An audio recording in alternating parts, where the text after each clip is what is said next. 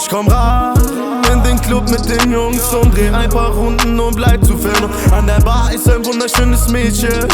Ich glaub, ich werd sie jetzt quälen. Hautfarbe Schoko, Latina Coco, Bertha Rausch, ich mach mal ein Foto. Glatte lange Haare bis zu ihrem Popo. Ich glaub, wie heute Abend bin ich hier loco.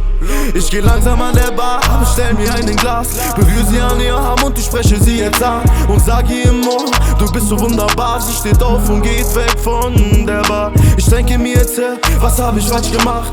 Ach egal, ich schick sie mir nur noch ein Glas. Ich steh auf und geh dort, wo ich war und schau zur Bar. Dieses Mädchen ist wieder da. Dieses Mädchen an der Bar, sie ist so wunderbar. Ihre Augen funkeln wie echt, denn ich komm nicht klar. Mach mich an ihr ran und mach es wieder klar und flüster in ihr Ohr, du bist ein Diamant. Du bist ein Diamant, du Licht. Du bist ein Diamant, du Licht. Du bist ein Diamant, du Licht. Du bist ein Diamant, du Licht. Dieses Mädchen macht mich crazy. Ja, mein Baby, tanz, denn heute Nacht bist du mein Lady. Ich glaube, du willst mit mir fliegen, zusammen auf Wolke 7. Sie sagt sorry wegen Grad, kam nicht klar. Mach dir nix aus, Baby, das war mir schon klar.